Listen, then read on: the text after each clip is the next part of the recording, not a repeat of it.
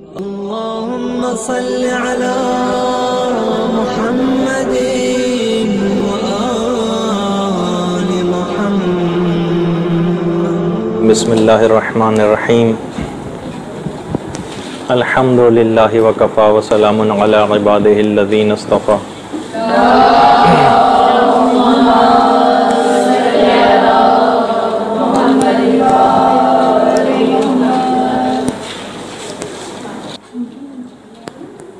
मैदान क़यामत की तफसीलात आपकी खिदमत में बयान हो रही थी और अभी आगे जैसे जैसे गुफ्तगू आगे बढ़ेगी मैदान हशर की कुछ मज़ीद तफसीलात आपकी खिदमत में अर्ज़ की जाएंगी। क़यामत के सिलसिले में एक बहस उलमा में होती है अक़ाइद के ज़ेल में कि क़यामत जिस्मानी होगी या जिस्मानी और रूहानी दोनों होंगी, जिसको माद जिस्मानी कहा जाता है। यानी या फ़कत या तो रूहानी होगी या रूहानी और जिस्मानी दोनों होंगी। बहरहाल इसमें जो हक़ नज़रिया है और जो सारे मुज्तहिदीन ने इसमें एक ही बात कही है कि रूह को उसी बदन असली में रख कर ही उससे हिसाब किताब किया जाएगा। यानी मुआद जिस्मानी होगी और रूहानी भी होगी। आयतुल्लाह अब्दुल्लाह शब्बर ने अपनी किताब हक़्क़ुल यक़ीन में सबसे क़वी तरीन नज़रिया इसी को करार दिया है और बहुत सारी अहादीस और बहुत सारी आयात इस बात पर दलालत करती हैं और ख़ुद अक़ल भी इसकी तायीद करती है। कई दलीलें इसकी दी जाती हैं, बस हम थोड़ी सी क्योंकि थोड़े से इस अंदाज़ की भी गुफ्तगू इसमें आ जाए ताकि आपको पता चले कि बहुत सारे क़यामत की जो तफसीलात हैं उनमें उलमा में क्या मबाहिस हैं, तो उसके अंदर से एक बहस ये भी है। देखिए, पहली दलील तो इसकी ये है कि जितने भी आमाल नेकोबद किए जाते हैं इनका ताल्लुक़ दोनों से होता है, जिस्म से भी होता है और रूह से भी होता है, क्योंकि इन दोनों की यकजाई के बग़ैर कोई अमल अंजाम नहीं दिया जा सकता। तो इंसाफ का भी फिर तकाज़ा यही होगा कि क़यामत में भी जज़ा और सज़ा इन्हीं दोनों को दी जाए और ये उसी वक्त मुमकिन होगा कि जब इनका हशर और नशर भी इन दोनों का ही हो। तो इस लिहाज से इसको माद जिस्मानी और रूहानी दोनों ही कहा जाता है। एक तो दलील ये है। दूसरी दलील ये है कि देखिए, जो हकीकतन जो हशर होगा वो इंसानी का होगा ना, अभी जिसकी हम बात कर रहे हैं, और इंसान जिस्म और रूह दोनों से इबारत होता है, ना कि फ़कत रूह से। दोनों ही इकट्ठे दुनिया में आए, लिहाजा मुआद में भी दोनों ही इकट्ठे होंगे।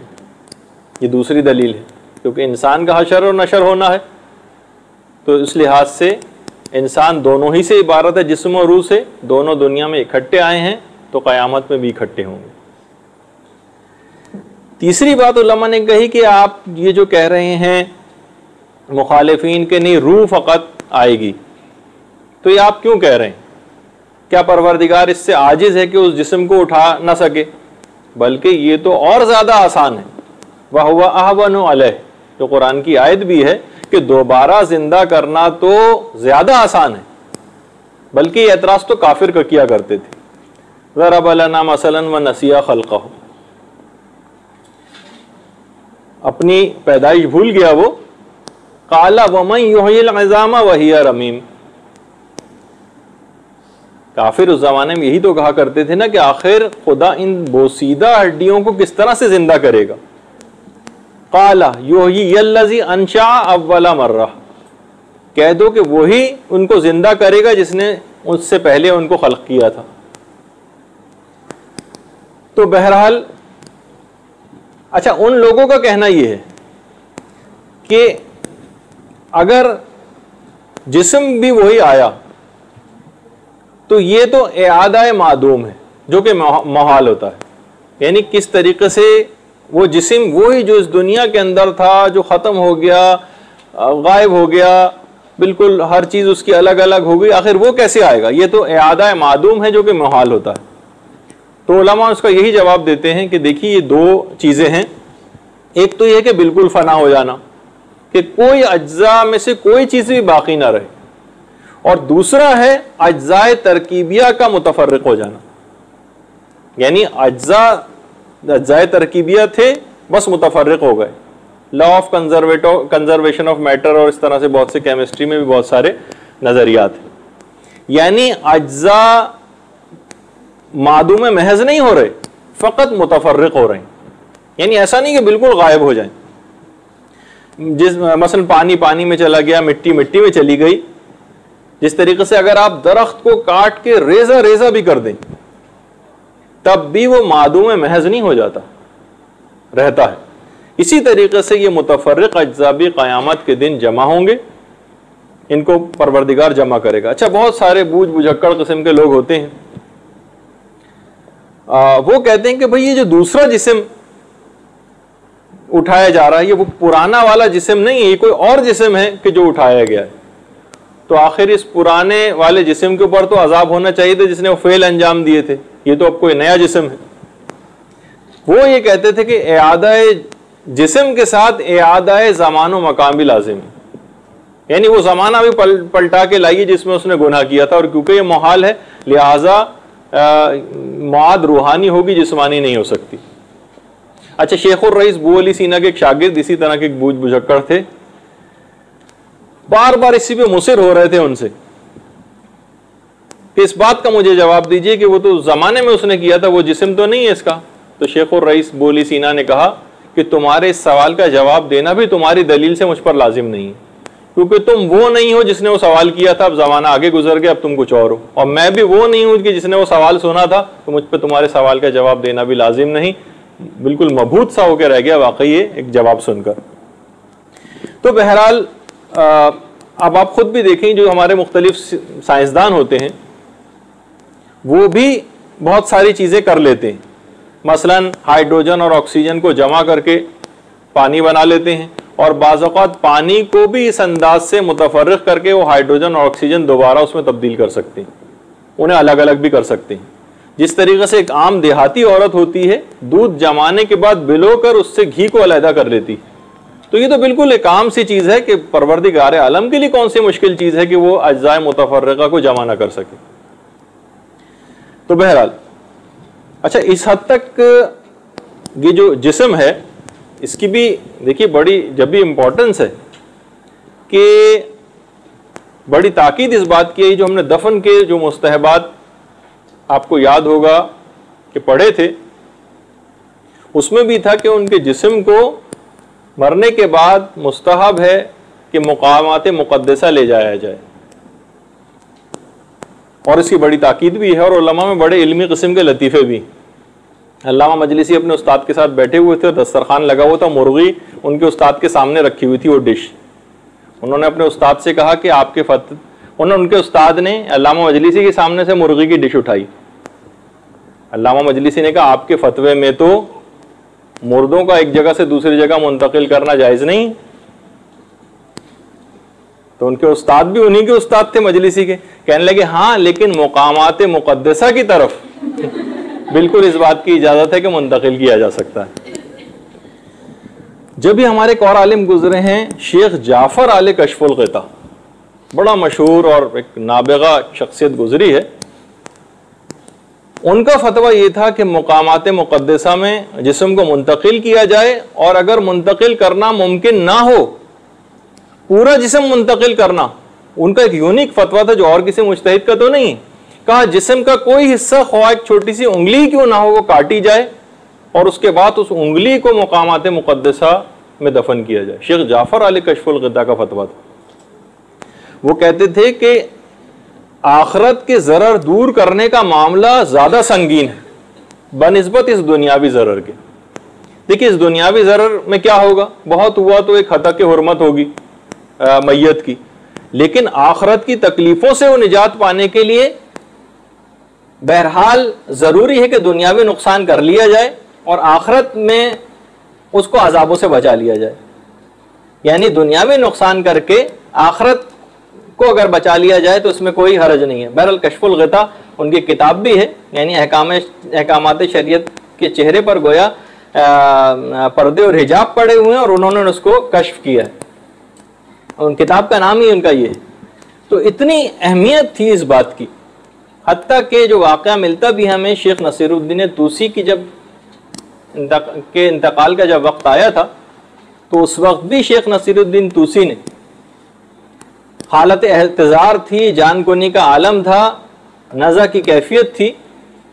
अच्छा, उस वक्त देखिए इससे बहुत सारी चीज़ें पता चलती हैं कि उस वक्त तमाम लोग भी आपस में बैठे बातें कर रहे थे उन्हीं के सामने कि शेख नसीरुद्दीन तूसी के इंतकाल के बाद इनके जिस्म को, अच्छा ये काज़िमैन में थे, ये काज़िमैन में थे, तो इससे भी अफजल जगह नजफ है, वहां उनके जिस्म को मुंतकिल कर दिया जाए।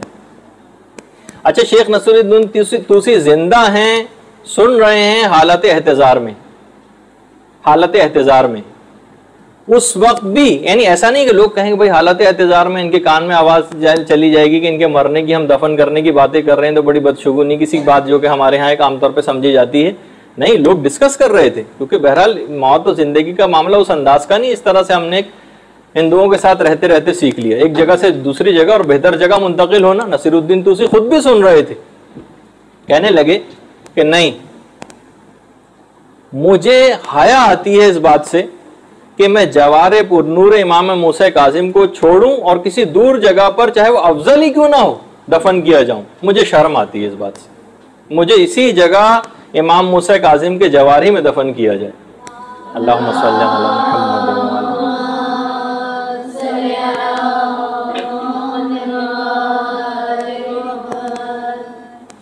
तो बहरहाल हर वक्त इंसान अपनी आखिरत को मद्देनजर रखे, दुनिया को जिस एतबार से अपनी जिंदगियों पर हावी किया हुआ है ये ना करे। अच्छा, ये जो याद क़यामत है, ये इस हद तक आइम्मा की जिंदगियों में भी चीज़ मिलती है। बस थोड़ी सी हम एक तमहीदी गुफ्तगू करते हैं, उसके बाद फिर अपने मौजू के ऊपर आ जाएंगे कि खुद हमारे दूसरे इमाम हसन अलैहिस्सलातु वस्सलाम के लिए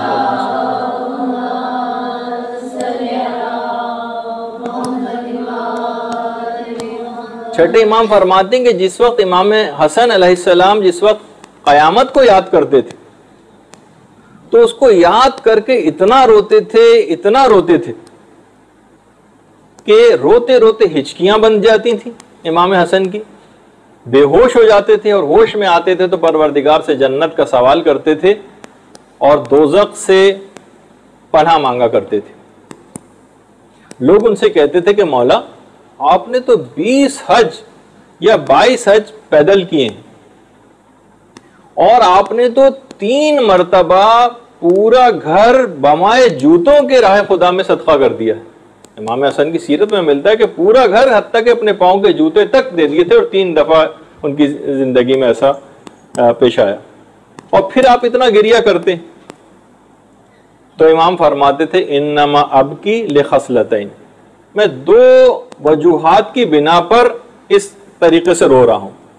लिहौलिल मुत्तलाई, एक तो क़यामत की वहशत, इसकी वजह से मैं बहुत रोता हूं, व फिराकुल अहिब्बा, दोस्तों और अजीजों की जुदाई की का ख्याल करके। तो बहरहाल आइम्मा की सीरत में भी क़यामत के दिन को याद करके रोना, और खुद हमारे चौथे इमाम ज़ैनुल आबिदीन अलैहिस्सलातु वस्सलाम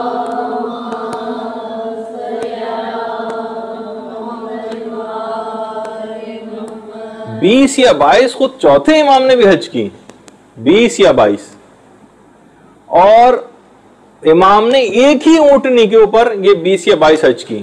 और उस इमाम की शहादत के बाद फिर वो वाक़या जो मिलता है कि उस ऊंटनी ने बाकायदा कब्र इमाम से सर को टकरा के जान दे दी थी, यानी इतनी मोहब्बत करने लगी थी ऊंटनी कि 20 या 22 हज इमाम ने उसी एक ऊंटनी पे अंजाम दी।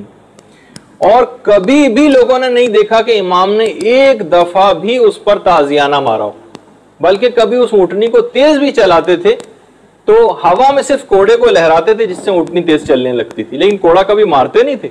लोगों ने पूछा भी कि मौला, आप कभी उसको तेज चलाने के लिए कोड़ा क्यों नहीं मारते? तो इमाम फरमाते थे, अगर क़यामत का मुझको खौफ ना होता तो मैं यकीनन इसको ताजियाना मारता, तो बहरहाल हमेशा मौत और क़यामत को याद करते।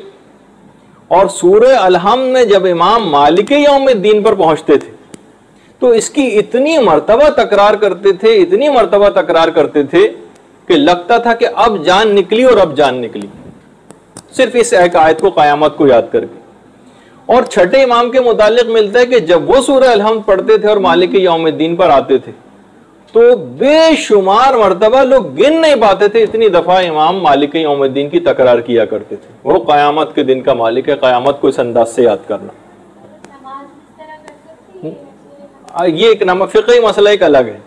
बहरहाल जिक्र की नियत से किया जा सकता है ऐसा, लेकिन ऐसे जुज़ समझ के या इस अंदाज से करना उसकी इजाज़त नहीं मिलेगी। यानी जिक्र के तौर पर वो एक अलग मसला है कि नमाज में जिक्र करने की इजाज़त या बहुत से सजदे के मसाइल आप पढ़ते हैं कि क्या सजदे के अंदर जिक्र किया जा सकता है या नहीं किया जा सकता, यानी जितना जो आप जिक्र कर रही हैं आमतौर पर, बल्कि सजदे में कोई और दुआ करना, हमने तो कुनूत के अंदर आपको बताया था कि कोई और, बल्कि सजदे तक के अंदर अपनी ज़बान के अंदर वाजिब जिक्र पढ़ने के बाद कोई भी दुआ करना, ये भी अक्सर उलमा ने इसको जायज़ करार दिया। खैर वो एक अपनी जगह पे इसकी एक तफसील है फ़िक़ही मसाइल के लिहाज से। अब तो माशाल्लाह आप नमाजों के मसाइल पढ़ रही हैं, उसके अंदर मौलाना से भी पूछिएगा। तो यहाँ तक मिलता है कि बहरहाल छठे इमाम, जिस वक्त रिवायतों में मिलता है कि एक दफ़ा मौला दस्तरखान पर, गर्मियों का ज़माना था, दस्तरखान पर गरम गरम खाना लगाया गया, इमाम ने रोटी तोड़ी और उसके बाद गरम सालन के अंदर जैसी भिगोई, बहुत गरम था सालन, एकदम से इमाम का हाथ जल गया और इमाम ने हाथ को बाहर निकाल लिया सालन से। और उसके बाद फौरन क़यामत की गर्मी को याद करके रोने लगे और बार बार कहते थे, नस्तजीरु बिल्लाहि मिनन नार, आऊज़ु बिल्लाहि मिनन नार। आतिश जहन्नुम से हम खुदा की पनाह मांगते हैं, नारे जहन्नुम से हम खुदा की पनाह मांगते हैं। और इतनी तकरार की इस बात की, यहां तक कि खाना ठंडा हो गया। और इमाम ने फरमाया कि वो जिस्म जो मामूली से गर्म खाने की हिद्दत को बर्दाश्त नहीं कर सकता, यह आखिर क़यामत में परवरदिगार के आग के अजाब को कैसे बर्दाश्त करेगा। हारिस इब्ने सराका, बल्कि हारिस इब्ने सराका एक सहाबी था पैगंबर का। एक दफा पैगंबर इस्लाम खत्मी मरतबत सल्लल्लाहु अलैहि वसल्लम की खिदमत में आया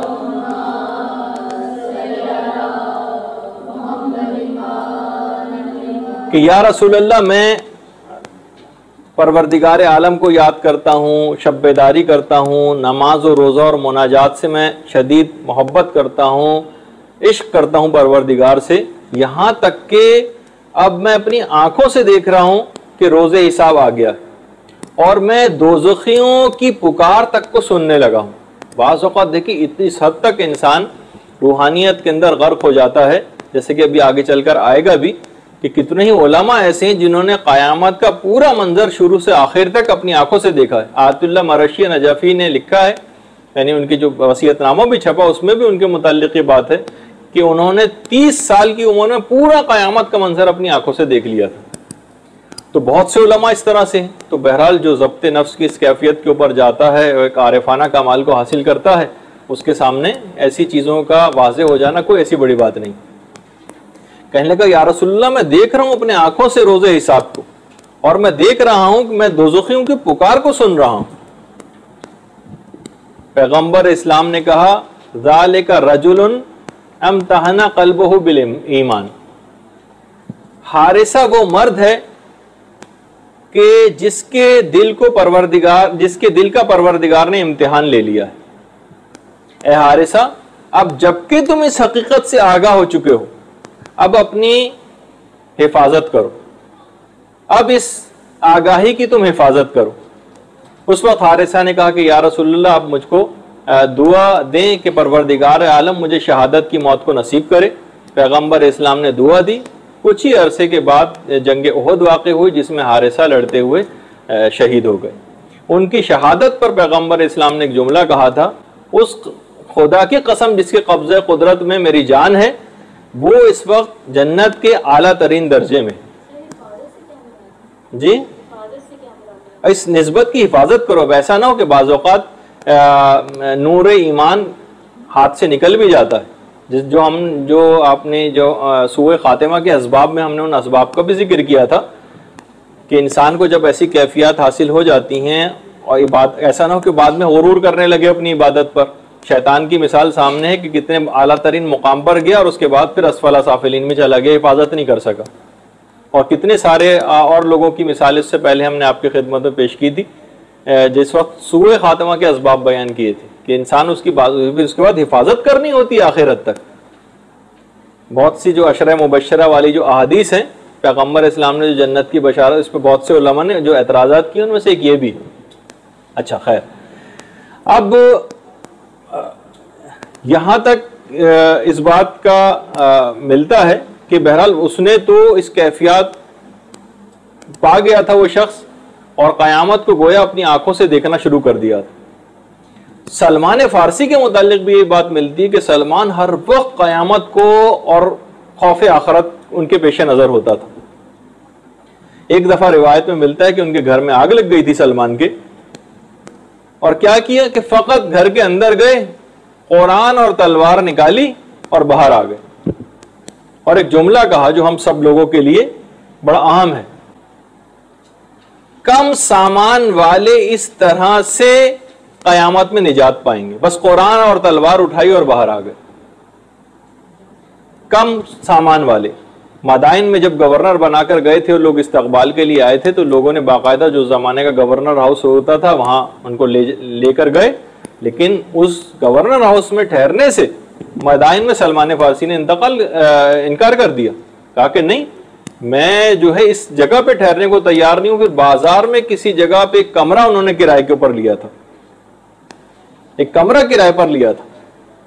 और एक दफा और भी मिलता है कि एक दफा दरियाए दजला में जब बहुत ज्यादा तुग़यानी आ गई थी और बहुत ज्यादा पानी इलाकों के अंदर और दुकानों के अंदर भर गया था, और सलमान के अपने कमरे के अंदर भी बेइंतहा पानी आ गया था, तो उस वक्त भी सलमान ने सिर्फ अपने पीने का एक प्याला, अपना एक असा, दो एक चीजें सिर्फ हाथ में उठाई और यही जुमला कहते हुए बाहर आ गए कि इस तरह से कम सामान वाले आखिरत के मैदान में निजात पाएंगे। यानी मकसद उनके कहने का ये था सलमान का कि इंसान हर दफ़ा अगर खौफ आखिरत और क़यामत को याद रखे तो दुनियावी इतनी ज़्यादा झमेलों के अंदर गिरफ्तार नहीं होगा और लातादाद दुनियावी चीज़ों को जमा करने में नहीं रहेगा। यानी हम बाज़ औक़ात ऐसा हुब्बे दुनिया के अंदर गिरफ्तार होते हैं गोया अब हमें कभी मरना ही नहीं और अब हमेशा हमेशा हमको यहाँ पर रहना है। और फिर उसके बाद भी सलमान ने बड़े निकलते हुए लोगों से काफ़ी इस तरह के जुमले कहे थे कि अपनी हर वक्त अपनी आखिरत को और क़यामत को याद रखो। अब तुम्हारे पास जो वक्त बचा है तुम उससे किस अंदाज से राजी हो, अब तो बहुत कम वक्त तुम्हारे पास बचा है, अब ज़्यादा आखिरत के लिए काम करो। खैर, वो जो शेर भी है ना किसी का कि हम गाफिलाने दहर को इतना हुआ ना होश, था कौन मेज़बान कहाँ मेहमान रहे। यानी हमें वाकई कुछ पता ही नहीं कि मेज़बान हमारा कौन है, कहाँ मेहमान रहे। हम गाफिलाने दहर, हमको कोई होश ही नहीं कि हम कहाँ किस मंजिल की तरफ हम जा रहे हैं, कितना उम्र अजीज का हिस्सा हम अपना ज़ाया कर चुके हैं और जो थोड़ा बहुत बाकी मांदा बचा है उसको किस अंदाज से ज़ाया करते चले जा रहे हैं। तो बहरहाल अमीर मीनाई का गालिबन ये शेर है, तो उन्होंने इस नुक्ते की तरफ इशारा किया। अच्छा, अब आ जाइए उससे कि हम कब्रों से निकलने की कैफियत को क़यामत में बयान कर रहे थे। अच्छा, पैगम्बर इस्लाम ख़त्मी मर्तबा सल्लल्लाहु अलैहि वसल्लम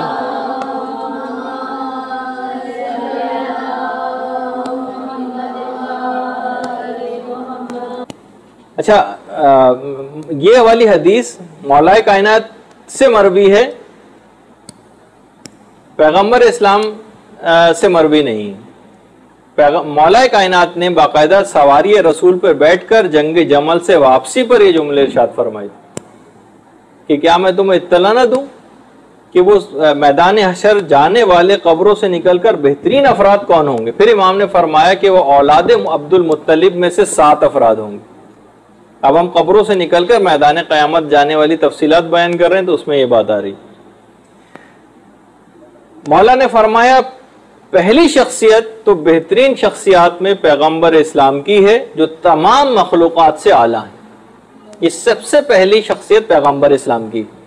दूसरी शख्सियत मौला ने फरमाया कि हर उम्मत में उस नबी का जो वसी होता है वो सबसे अफजल, और मैं वसी पैगंबर तमाम औसिया से अफजल हूं, दूसरी शख्सियत मेरी होगी। तीसरी शख्सियत औसिया के बाद शुहदा की होगी, शुहदा की।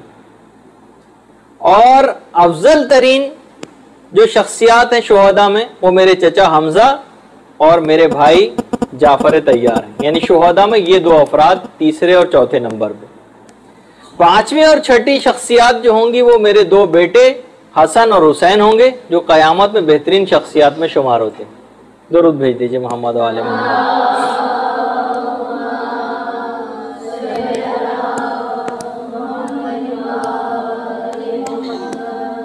और सातवीं शख्सियत मेरा बेटा मेहदी होगा, जो क़यामत में आला तरीन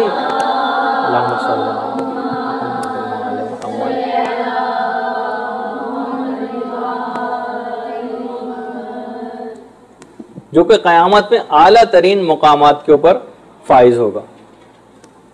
अच्छा, फिर एक हदीस है जो कि पैगंबर इस्लाम से भी है कि क़यामत में 4 सवार बेहतरीन शान व शौकत वाले आएंगे जो सवारियों पर सवार होंगे। देखिए, अभी एक ग्रुप पूरा हम बयान करेंगे जो मैदान क़यामत में कुछ लोग पैदल होंगे, कुछ लोग सवारियों पर होंगे, और कुछ लोगों को तो इस किस्म की सवारी होगी जिस तरह कोई हंडोला होता है, उसमें बिठाकर उड़ते हुए तेज रफ्तारी से पुलिस रात को पार कराया जाएगा। उसकी भी एक तफसील आएगी।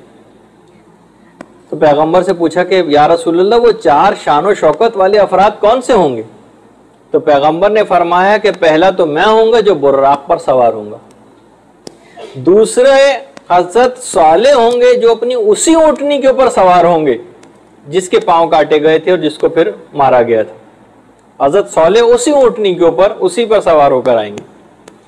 तीसरे मेरे चचा हमजा हैं, और चौथे अली होंगे जो कि एक जन्नती ऊंट पर सवार होंगे। उनके हाथ में लवाए हमद होगा, एक परचम होगा जिसके ऊपर कलमा लिखा हुआ होगा, और अली ला इलाहा इल्लल्लाह मुहम्मदुर रसूलुल्लाह की सदाएं बुलंद करते हुए साथ साथ चल रहे होंगे।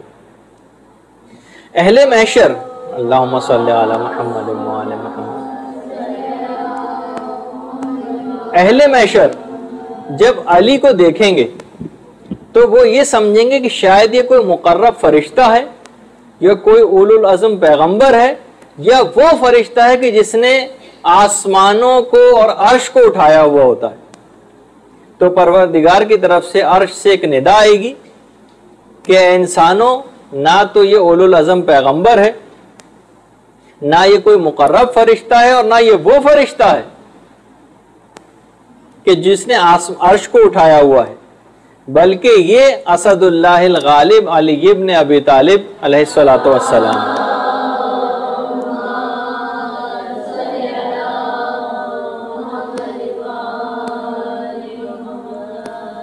अच्छा, फिर ये भी है, 5वें इमाम से भी ये रिवायत है कि बहुत सारे जो मुत्तकी अफराद होंगे वो बेहतरीन सवारियों के ऊपर सवार होकर आएंगे। बहुत से रिवायात के अंदर ये बात पता चलती है। और फरिश्ते बहुत ही खूबसूरत ऊँटनियों को लेकर उनके इस्तकबाल के लिए कब्रों से बाहर खड़े हुए होंगे। अच्छा, वो ऊँट भी जो जन्नती जो सवारियां होंगी वो खुद भी जन्नती लिबास और जेवरात से मुज़य्यन होंगी। अच्छा, ये आगे पीछे और दाएं बाएं ये सब चल रहे होंगे, और इसी तरीके से हजार हजार फरिश्ते इज्जत अफजाई के लिए मौजूद होंगे उस मोमिन के लिए, और उसको मैदान हशर की तरफ कब्र से उठाकर लाया जा रहा होगा। और इस तरह से लाया जाएगा, रिवायत में जिस तरह से रोज़े ज़ुफ़ाफ दुल्हन को बना संवार के और सजा के शौहर के घर की तरफ लाया जाता है, इस तरह से मोमिन को लाया जाएगा। उसके बाद ये लोग चलना शुरू होंगे अपने कब्रों से मैदान हशर की तरफ। रास्ते में जन्नत ही के करीब एक जन्नत का एक दरख्त होगा जिसके साए में ये थोड़ी देर के लिए तवक्कुफ करेंगे, सारे मोमिनीन तवक्कुफ करेंगे। और वो जन्नत का दरख्त इतना बड़ा होगा कि सिर्फ उसके एक पत्ते के साए में हजार हजार लोग आराम कर सकेंगे, हजार हजार लोग। ये सब रास्ते में हो रहा होगा उस वक्त। अच्छा, इसी दरख्त के दाएं तरफ एक चश्मा होगा, बेइंतहा ठंडा और शीनी पानी। ये लोग उस जगह पे तवक्कुफ करते हुए, मैदान हशर की तरफ जाते हुए उस पानी को पिएंगे और उनके दिल की तमाम कदूरतें उस पानी को पीने के बाद जायल हो जाएंगी।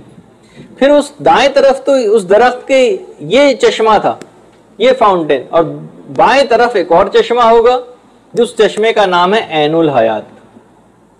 ऐनुल हयात, उससे ये सब लोग गुस्ल करेंगे और उसको गुस्ल को अंजाम देने के बाद फिर इनको कभी भी मौत नहीं आएगी और ये हमेशा हमेशा की जिंदगी पा जाएंगे।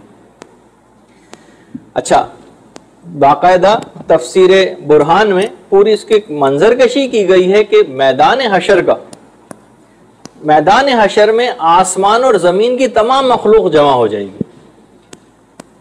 आसमान और जमीन की तमाम मखलूक सारी की सारी हाजिर हो जाएगी और फरिश्ते उस पूरे मैदान हशर का मुहासरा कर लेंगे और कोई शख्स भी उससे निकल नहीं सकेगा, कोई शख्स उससे निकल नहीं सकेगा। पैगंबर इस्लाम इरशाद फरमाते हैं कि उस वक्त लोगों को मैदान हशर लाए जाते वक्त तीन किस्म के लोग होंगे। कुछ लोग तो पैदल लाए जाएंगे खींचते हुए, उनको बाकायदा हकाते हुए लेकर आया जाएगा मैदान क़यामत पैदल। कुछ लोग सवारियों पर होंगे और कुछ लोगों को मैदान हशर सर के बल लाया जाएगा, सर के बल। लोगों ने कहा, या रसूल अल्लाह, सर के बल कोई इंसान किस तरह से चल सकता है? तो पैगंबर ने फरमाया, जो उसको पांव के ऊपर चलाने पर कादिर है कि वह इस बात पर कादिर नहीं किसी को सर के बल चला दे। परवरदिगार आलम की कुदरत होगी। उलमा ने लिखा है जुमला कि भाई बहुत से अफराद देखें जो जिसने कभी इससे जो जिसके दिमाग में सिर्फ यही हो कि इंसान अपने हाथों पाँव के बल चल सकता है, वो सांप को देख के बताए ना उसके हाथ है ना पाँव, किस तरह से पेट के बल तेजी के साथ चलता हुआ जाता है। तो परवरदिगार की कुदरत कामिला से कोई बैद नहीं। एक दफा पैगंबर इस्लाम घर में तशरीफ लाए तो देखा कि शहजादी कौनैन कुछ अफसुर्दा और गमगीन है।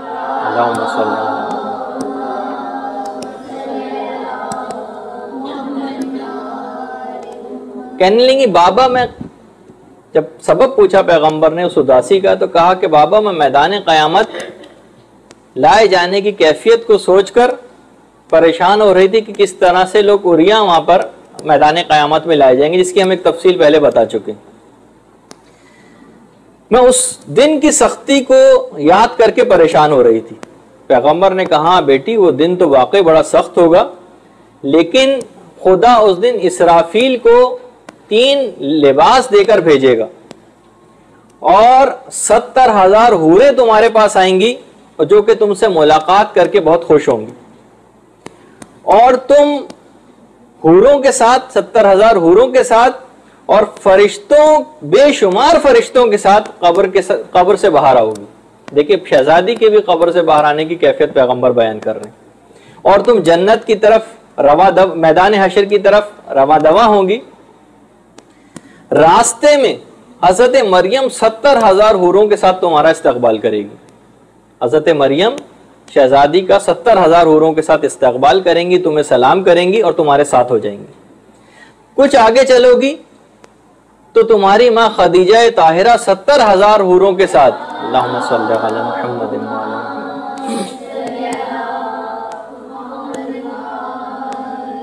70,000 फरिश्तों के साथ तुम्हारे इस्तकबाल के लिए आगे बढ़ेंगी। उन फरिश्तों के हाथों में परचम होंगे जिन पर अल्लाहु अकबर लिखा हुआ होगा।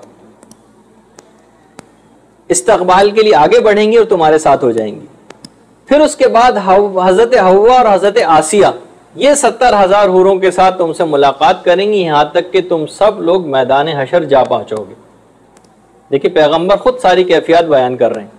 उस वक्त निदाए परवरदिगार आएगी, ए अहले महशर, ए अहले महशर, अपनी आंखों को बंद कर लो कि मोहम्मद की बेटी गुजरना चाहती हैं, इनको गुजरने दो।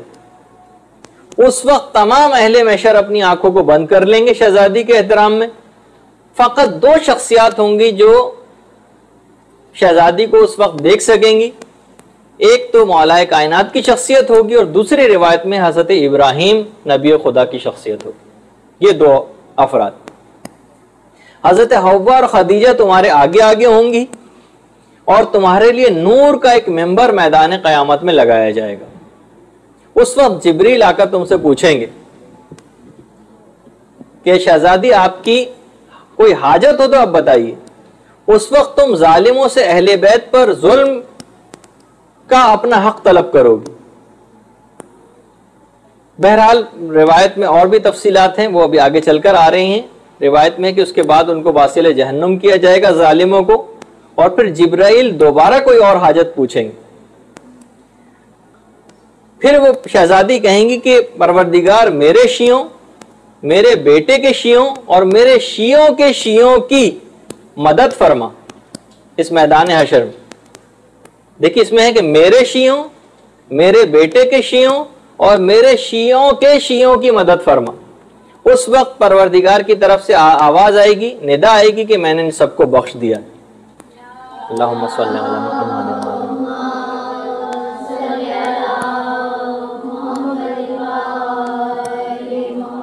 फिर शहजादी से कहा जाएगा अब आप जन्नत तशरीफ ले जाएं।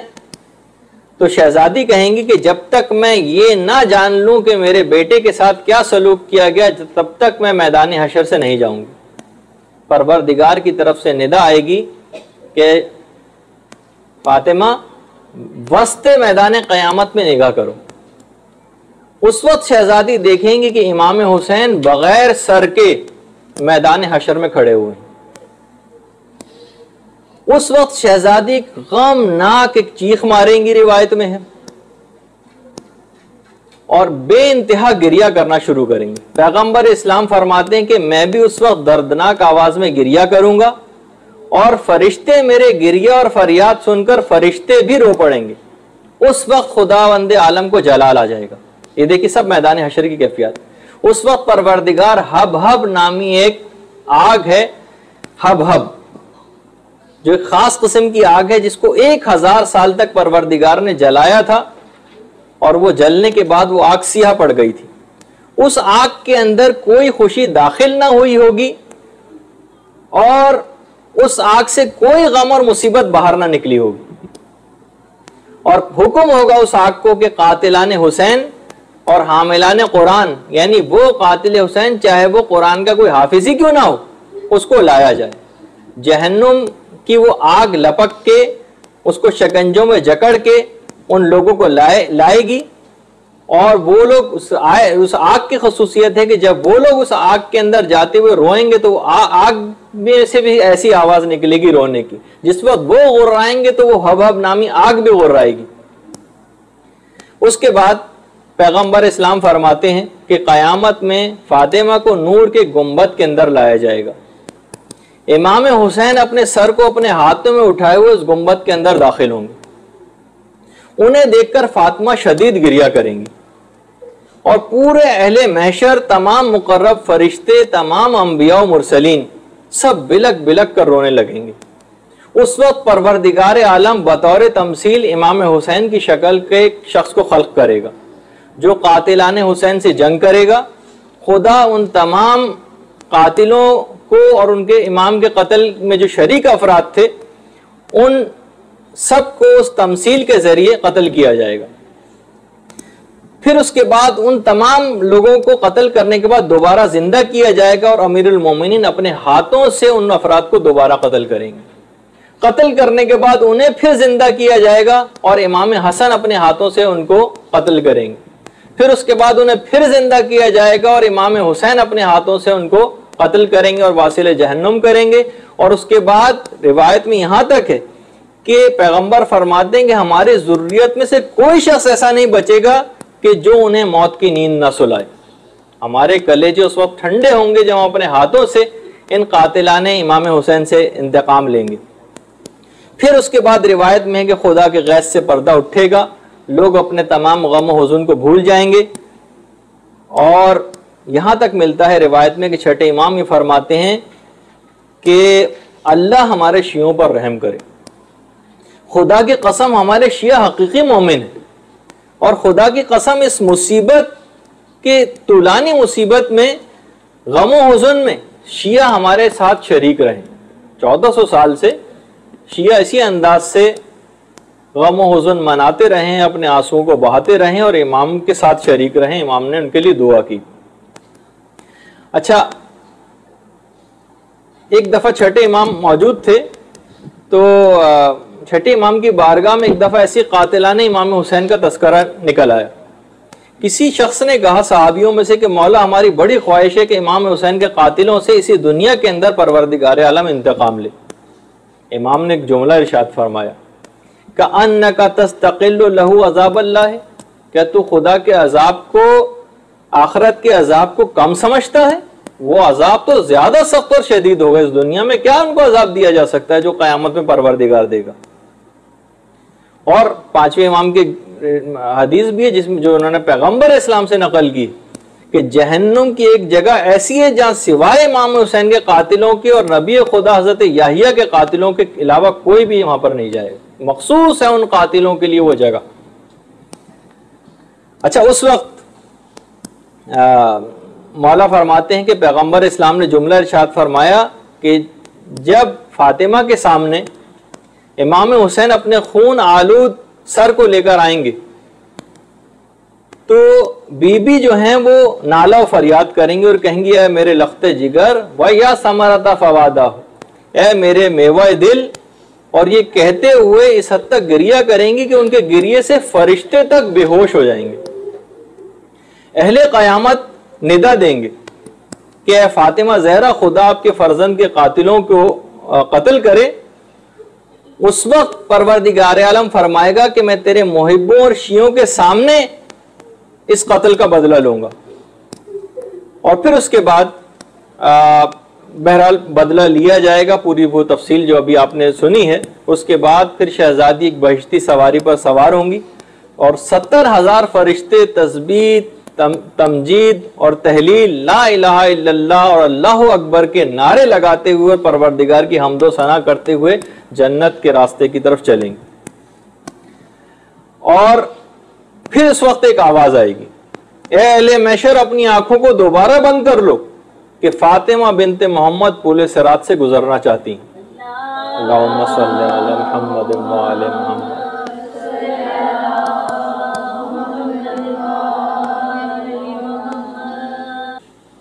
शहजादी फातिमा अपने शियों के साथ पुले सरात पर बिजली की तेजी के साथ गुजर जाएंगी। ये जुमला है रिवायत का।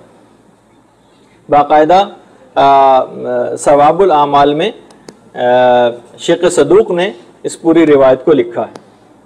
अच्छा, जिस वक्त शहजादी की सवारी मैदान हशर में होगी, बहुत सी रिवायात में है कि औरतों के 3 गुरोह अजाब खुदा से बिल्कुल मामून होंगे और उनका हशर और उनको कयामत में लाया जाना मुस्तकिल तौर पर शहजादी के साथ होगा।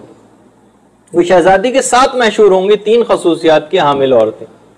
पहली खसूसियत तो उस औरत की है कि जो गुर्बत में भी अपने शौहर के साथ गुजारा कर ले, उसको हर वक्त लानो तान ना करे कमियां पैसा के लिए, गुर्बत में भी उसके साथ गुजारा कर ले।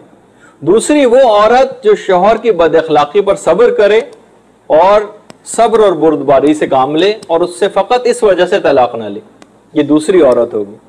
और तीसरी वो औरत जो अपने शौहर के लिए अपने महर को बख्श दे, ताकि उसका मकसद ये हो कि शौहर पर से महर का बोझ कम हो और वो दूसरे वसाइल को मुहैया करने के लिए उसमें ताकत आ जाए। तो एक तो ये हो। फिर उसके बाद फिर कहा जाता है, रिवायात में आया है कि छठे इमाम ये जुमला इरशाद फरमाते हैं कि इस वक्त क़यामत में आवाज आएगी कि निदा आएगी, कहाँ है ज़ैनुल आबिदीन अलैहिस्सलाम। अल्लाहुम्मा सल्ली अला मुहम्मद व आले मुहम्मद।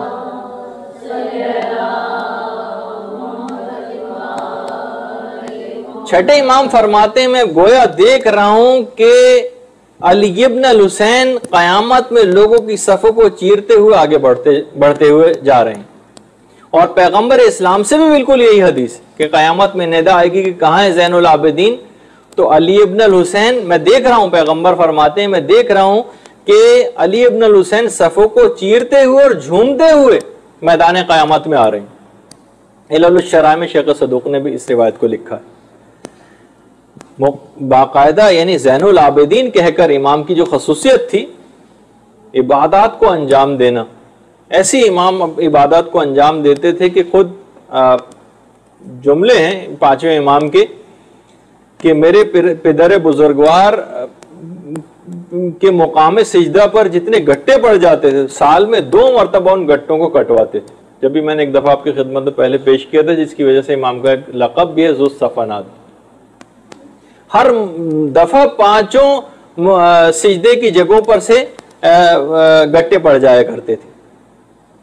अच्छा, उसके बाद बहरहाल इमाम को देखिए कि ख़ास तरीके से बाकायदा बचाया भी गया, और रिवायात में ये भी है कि जब रोज़े आशूर कोई शख्स ज़ाहिर है कि ज़ालिमीन तो इमाम के खेमे में दिफा किया करता था। अच्छा, इसी तरीके से जो शख्स भी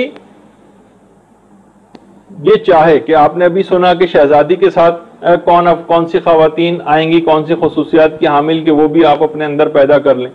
इसी तरीके से जो शख्स भी ये चाहे कि वो मैदान क़यामत में अपने आका और मौला अमीरुल मोमिनीन अली इब्न अबी तालिब अलैहिस्सलातु वस्सलाम के साथ आए,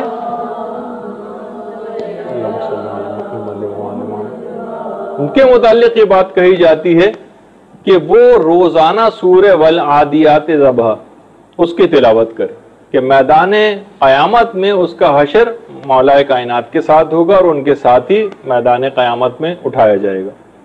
इसी तरीके से हमारे 10वें इमाम इमाम मोहम्मद तकी अलैहिस्सलातु वस्सलाम,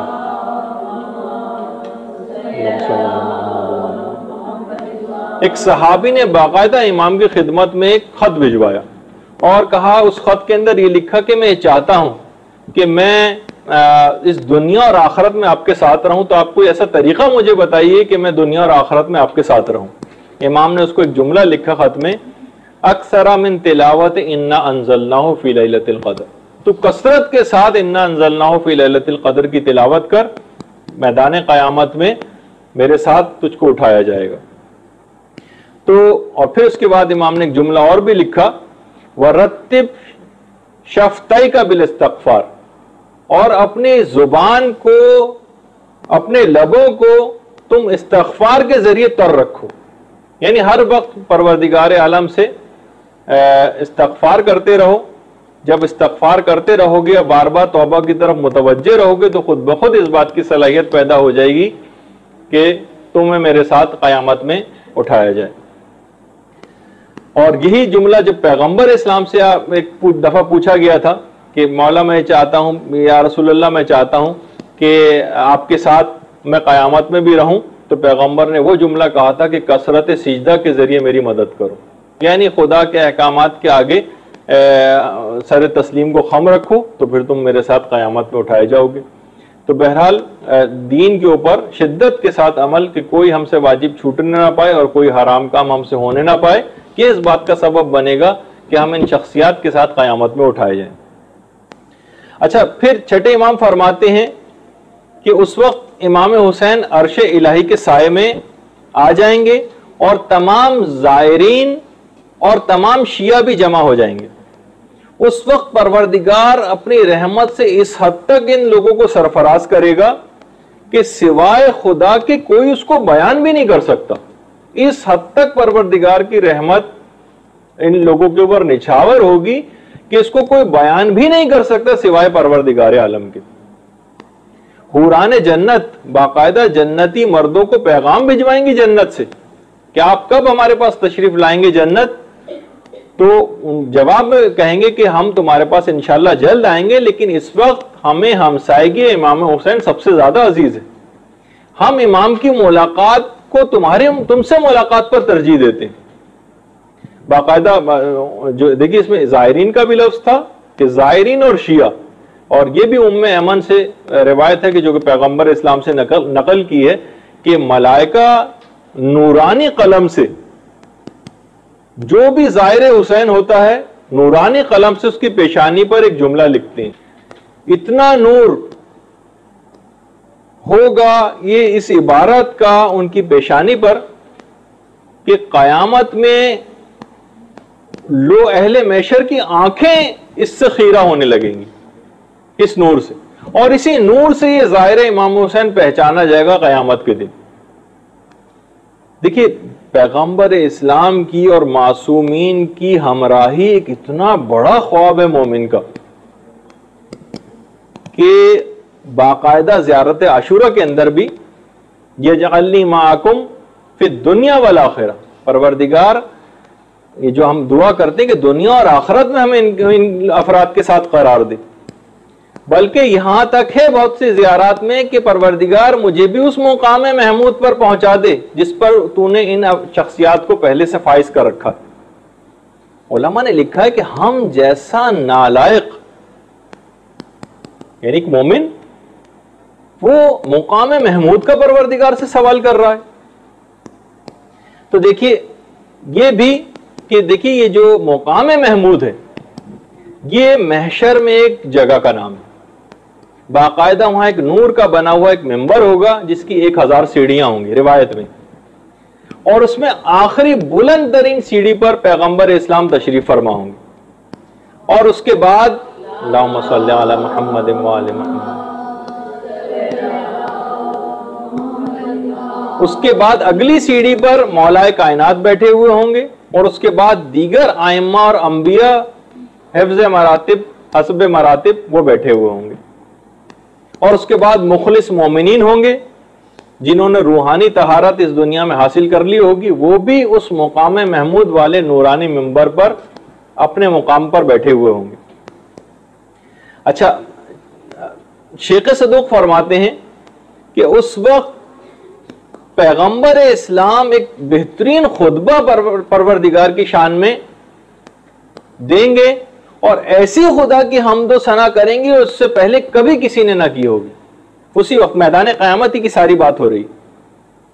आयतुल्लाह दस्ते गैब शिराजी फरमाते हैं कि मेरे फहमो इदराक की हदें यहां पर ख़त्म हो जाती कि वो कौन सा एक नूरानी मेंबर होगा जिसकी आखिरी सीढ़ी पर पैगंबर इस्लाम एक ऐसा खुतबा इरशाद फरमाएंगे कि आज तक खुदा की ऐसी हमदो तौसीफ किसी ने की ही नहीं होगी कि जो उस वक्त पैगंबर करेंगे, और तमाम अंबिया और उलमा और मुखलिस मोमिनीन वो भी उस मौके पर वहां पर तशरीफ फरमा होंगे।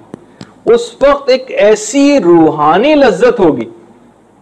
देखिए, जो मुकाम महमूद है, मुकाम महमूद के मायने कि ऐसा मुकाम कि जिसकी जितनी तारीफ की जाए कम है, वहां एक इतनी रूहानी लज्जत और इस कदर रूहानी सुकून मिलेगा कि उसकी कोई इंतहा ही नहीं।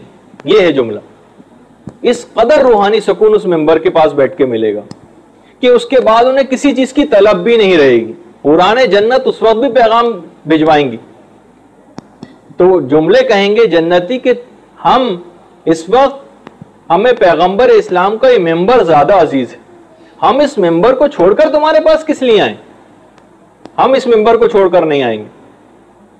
अच्छा, इसी तरीके से देखिए बाकायदा हिलियतुल मुत्तकीन में छठे इमाम से मुताल्लिक एक रिवायत भी है कि ये जो ज़ाहिर है कि हमराही होगी ना, कि उस वक्त पैगंबर इस्लाम क्या खुतबा इरशाद फरमा रहे होंगे, और वो खुतबा सुनने के लिए कि हुराने बहिश्ती को इनकार कर देंगे मोमिनीन उनसे मिलने से, कि हमें इतना रूहानी सुकून यहाँ पर है कि अब किसी और चीज़ की हमको कोई हाजत नहीं।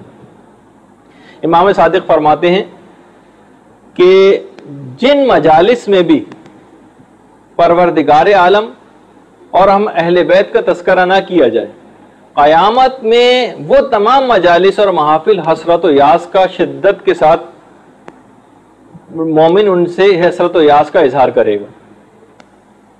और आठवें इमाम हमारे जुमला इरशाद फरमाते हैं, इमाम अली रज़ा अलैहिस्सलातु वस्सलाम,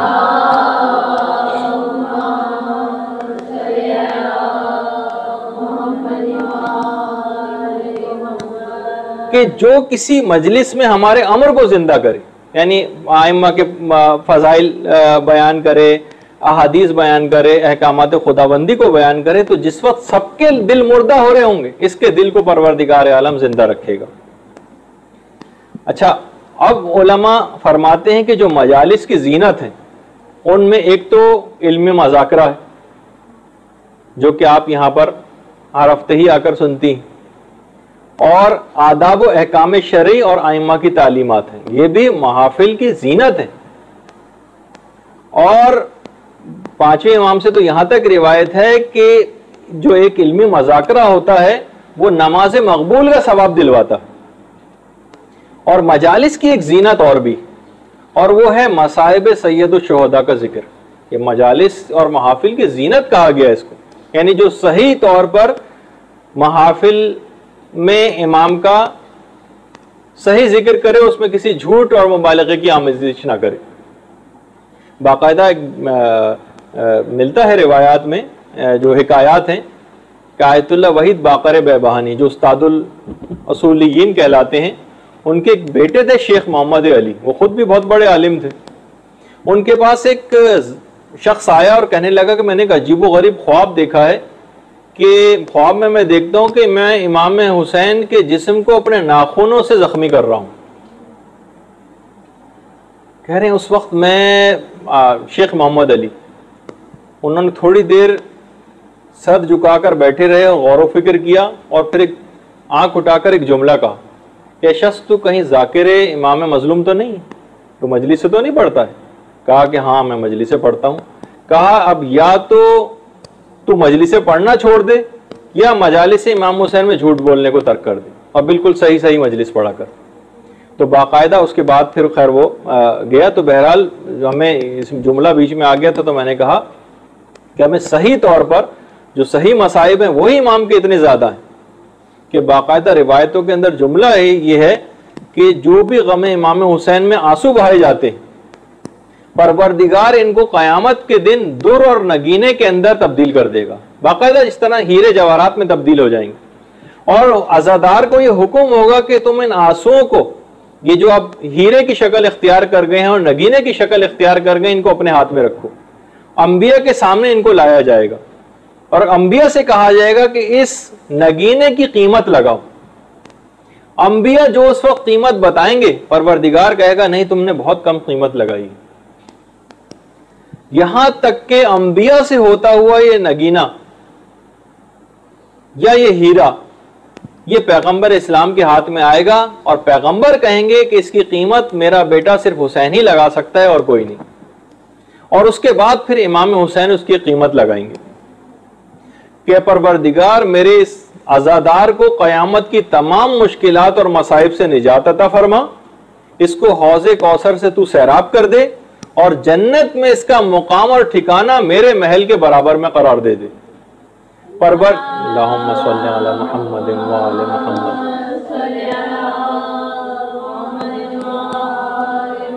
परवरदिगार आलम कहेगा कि ए हुसैन मैंने इस हीरे को खरीद लिया और जो कुछ तुमने कहा है मैंने वो सब कुछ अता कर दिया। और उसके बाद ये जुमला भी है, बिहार की 44वीं जिल्द में भी है कि पैगंबर फरमाते हैं कि खुदा मलाइका को हुक्म देगा कि इन आंसुओं को जमा करें जो गम इमाम मजलूम में बहाए जाते हैं, और उसके बाद फरिश्ते इन आंसुओं को ले जाकर जन्नत का एक चश्मा है जिसका नाम हबवान है, उसके साथ मखलूत कर देते हैं कि जितने भी आप आंसू यहाँ पर बहाती हैं गम इमाम मजलूम में, फरिश्ते इनको जमा करके जन्नत के एक चश्मे के अंदर मिला देते हैं जिसका नाम हबवान है, जिससे उसकी खुशबू और शीरीनी हजारों गुना हर दफा बढ़ जाती है। जो जितने भी हम यहाँ पर मसाइब इमाम मजलूम में आंसू बहा रहे हैं, इसका कितना हम ही को ज्यादा सवाब और फायदा मिल रहा है। अच्छा देखिए, और उसके बाद ये भी है कि जब हबवान के अंदर मिलाया जाएगा तो उसकी खुशबू को हजारों गुना ज्यादा कर देगा, और उसके अलावा ये आतिश जहन्नुम के शोलों को भी खामोश कर देने वाली चीजों में से एक है।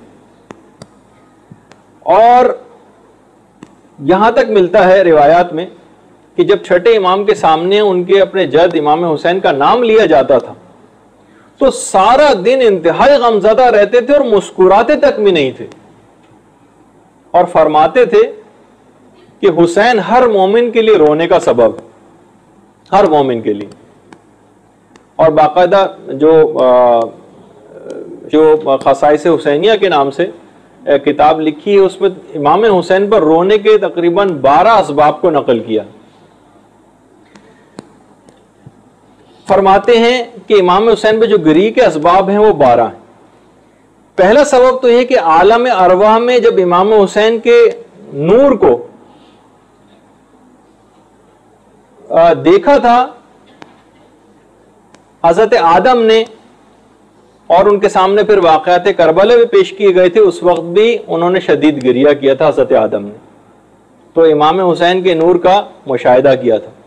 अच्छा, इसी तरीके से जब हजरत इब्राहिम ने जमीन और आसमान का मुशाहिदा किया था तो अर्श के नीचे 5 अनवार को देखा था। जब 5वें पर निगाह पड़ी थी तो खुद ब खुद हजरत इब्राहिम की आंखों से आंसू जारी हो गए थे। एक तो सबब ये। दूसरा रोने का इमाम हुसैन पर सबब है आपका नामे नामी, इधर आपका नाम आया और उधर मोमिनीन का दिल भर आया, ये दूसरा सबब करार दिया। तीसरा सबब है जिक्र इमाम हुसैन कि आदम और जकरिया ने जब कहा कि जब हमने 5वें का नाम उनके सामने लिया गया उन अनवार में से, तो उन्होंने भी कहा कि इससे हमें गिरिया पैदा हो रहा है और हमारा दिल रेजा रेजा हो रहा है इस नाम को सुनकर। चौथा सबब है आपकी तरफ देखना।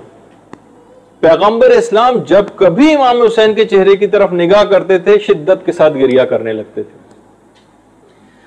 पांचवा सबब है इमाम की कब्र मुबारक की जानिब देखना। इधर इमाम की कब्र की तरफ निगाह जाती है और उधर मोमिन का दिल भर आता है। इसी तरीके से छठा सबब बयान किया है शेख तूसी ने, इमाम के जिस्म अथर को मस करना, कि नाना जब कभी आपके जिस्म पर हाथ लगाते थे और आपको प्यार करते थे तो फौरन रोने लगते थे। इमाम हुसैन पूछते थे कि यार नाना आप रोते क्यों हैं? कहा कि बेटा तेरे जिस्म पर तलवारों के लगने की जगहों को चूमकर रोता हूं। सातवां सबब बयान किया कि वो 5 मेखें जो कश्ती नूह के लिए हजरत जिब्रील लेकर आए थे, और जब उन्होंने ठोकी थी, जब 5वीं मेख और उनके हाथ से खून जारी हुआ था और उसके बाद जो उसका सबब बताया था उसको सुनकर भी हजरत नूह रोने लगे थे। इसके अलावा रिवायत में यह भी कि हुराने बहिश्ती तक इमाम हुसैन के ऊपर गिरिया करती। ईद के दिन जब कभी नया लिबास इमाम पहनकर आते थे तो घर वाले रोना शुरू कर देते थे, जिनको पैगंबर इस्लाम की वो हदीस पता थी। हत्ता कि किसी जंग में जब कामयाबी हासिल करके आते थे तो अमीरुल मोमिनीन रोना शुरू कर देते थे जब इमाम हुसैन को किसी जंग में कामयाबी मिलती थी। 8वीं सबब और वजह इमाम पे गिरिए की है कि मुहर्रम के महीने का आ जाना। इधर मुहर्रम का महीना आया और जो उनके मुहिब्बीन और शियों के लिए गिरिए का सबब होता है। 9वीं चीज जमीन करबला पर वारिद होना, कि जो कोई भी अंबिया में से उस जमीन के ऊपर से गुजरा है वो लाजमी वहां पर जरूर आकर रोया है और उसने गिरिया किया। और 10वां सबब और वजह वो है नाम करबला। जैसे इधर करबला का नाम आया, हत्ता कि नाम करबला ऐसा है कि जो खुद इमाम हुसैन जिसका नाम सुनकर इमाम ने खुद गिरिया किया था और कहा था, फरमाया था गिरिया करके कि मैं करबो बला से खुदा की पनाह मांगता हूं और यकीनन यही हमारे कत्ल होने की जगह है। 11वां सबब है खाके करबला को सूंघना। बिहार में है कि जब सिफ़ीन जाते हुए मौलाए कायनात करबला के मैदान से गुजरे थे तो जिब्रील ने खबर दी थी कि फुरात के किनारे आपके बेटे हुसैन को शहीद किया जाएगा, क्या आप इस जगह की मट्टी को सूंघना चाहते हैं? इमाम ने कहा हाँ। जिब्रील ने हाथ बढ़ाकर जमीन से खाके करबला उठाई थी।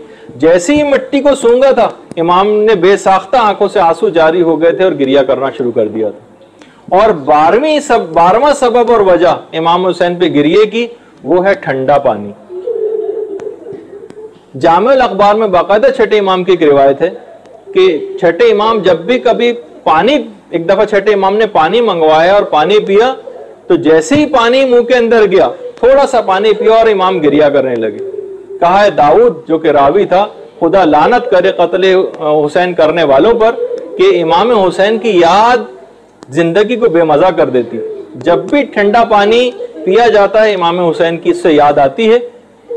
और खुद इमाम का ही जुमला इरशाद फरमाते हैं कि शियातिमा इन शरब तुम माँ अजबिन फस्कुरून, जब कभी ठंडा पानी पियो तो तुम मुझको जरूर याद करो। और कि मिलता है उलमा ये जुमला लिखते हैं कि फकत ठंडा पानी पीकर छठे इमाम की आंखों से आंसू जारी हो गए और बर्दाश्त ना कर सके, मौलाए कायनात फकत खाके करबला सूंघ कर बर्दाश्त ना कर सके। अब ना जाने क्या हाल हुआ होगा सैयद सज्जाद का जब मक्तल में बाबा की लाश को बगैर सर के पारा पारा देखा होगा। तो यहां तक हम आज अपनी गुफ्तगू को रोकते हैं, और सिर्फ इस वजह से कि क़यामत के दिन कोई ऐसी महफिल ना हो कि जो इस हसरत के सबब रह जाए। तो हमने इस महफिल को भी आज जिक्र इमाम हुसैन करके और उस गिरिए का एक सबब करार देके, ताकि आखिरत में तोशा हमारे लिए जमा हो जाए कि मैदान करबला के अंदर जब हमें इस तरह से रोना और गिरिया और फरियाद करनी है तो कैसे मुमकिन है कि इमाम का तस्करा इस दौरान ना किया जा सके।